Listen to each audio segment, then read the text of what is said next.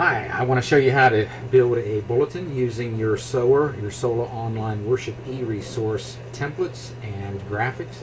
This time we're going to work with a template that is in your bulletin templates folder here. So we're going to click on that and we're going to use the basic non-communion service template in this video. So I'm going to right click and save that link to the desktop. I've already put it out there, so I'm just going to hit cancel now.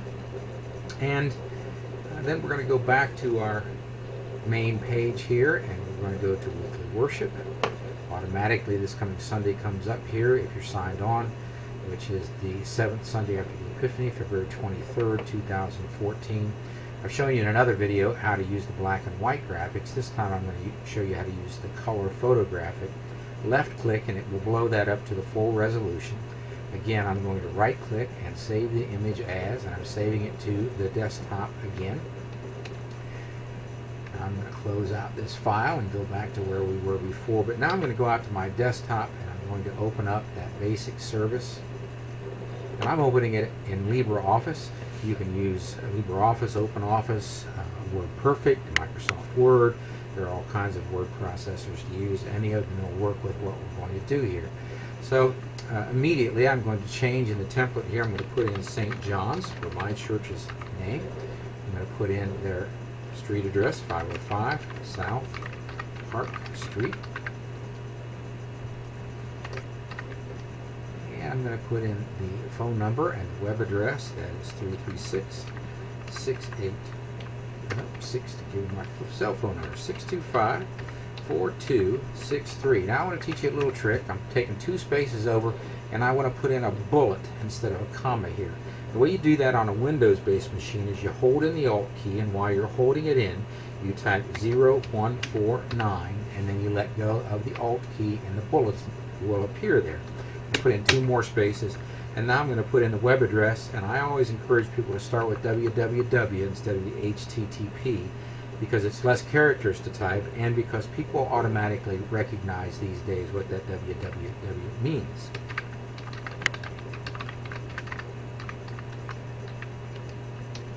The Sunday title this week is 7th Sunday. Let's go back and see how it's worded here. 7th Sunday after Epiphany. You can put in year A if you want to. And then the date for this Sunday is February 23rd, 2014. Now you can change any of the copy in here in any way you want to. The hymn number that we're using this week is hymn number 654. I don't see the need to have that colon there, nor do I see the need to have the number there. People recognize it as a number. Also here in the title, I'm not going to have that as bold, so I'm going to go ahead and change it now. And it's the church's one foundation. And I like to see that flush right.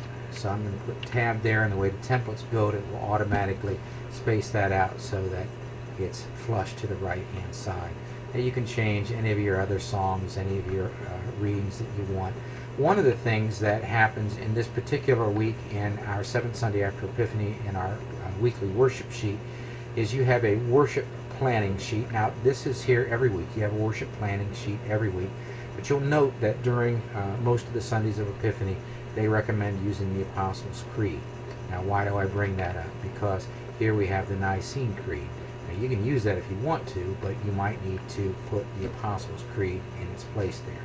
I'm just pointing that out to you. You've got all manner of announcements that you can use. I'm going to bring them back to this page, taking out that manual column break there. Make that bold. Let's make it centered. You might want to keep these announcements in here, or you might want to, since this is not a communion service, we're going to take that out. We only have a couple of announcements this week, but you can change the copy in here any way you want to. So now, to put in our extra information, I'm just hitting the enter key. I'm hitting backspace now. We were up here. I'm hitting enter to bring me over on this other page.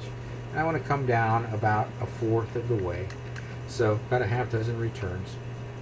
Now I'm going to go out to my desktop again, and I'm going to left click and hold and drag back into this program by just holding right over the top of the icon at the bottom.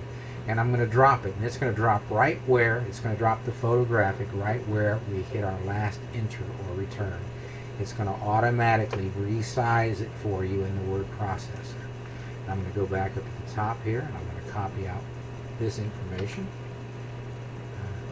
Can't hurt to remind people a few times in the bulletin and elsewhere where they're at, where they happen to be, in case they got confused. Go back up here. I'm going to take out this information again. And I'm also going to put it in place there.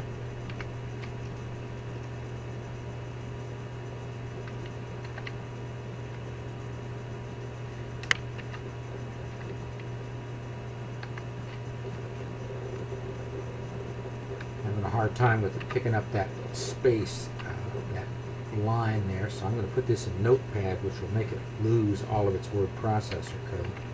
Now I'm going to put it back in over here, and everything's going to be just right. I forgot to put in the city. Of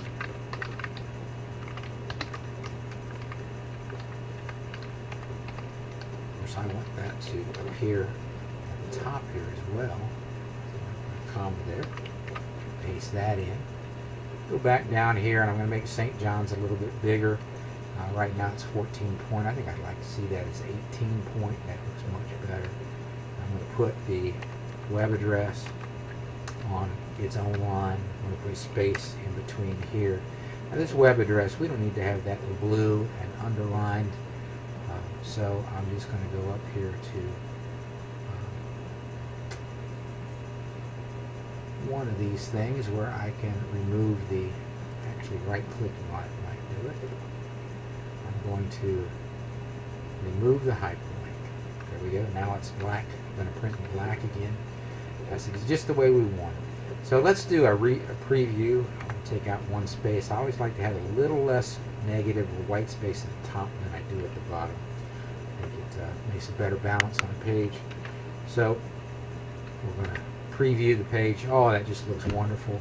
Now, bearing in mind you've got a number of these things that you want to change, but this shows you how you can put together your own bulletin using the templates that come in your SOAR subscription, and also the color photographic that comes in your SOAR subscription, so that you can output it to an inkjet printer or to a color desk jet printer.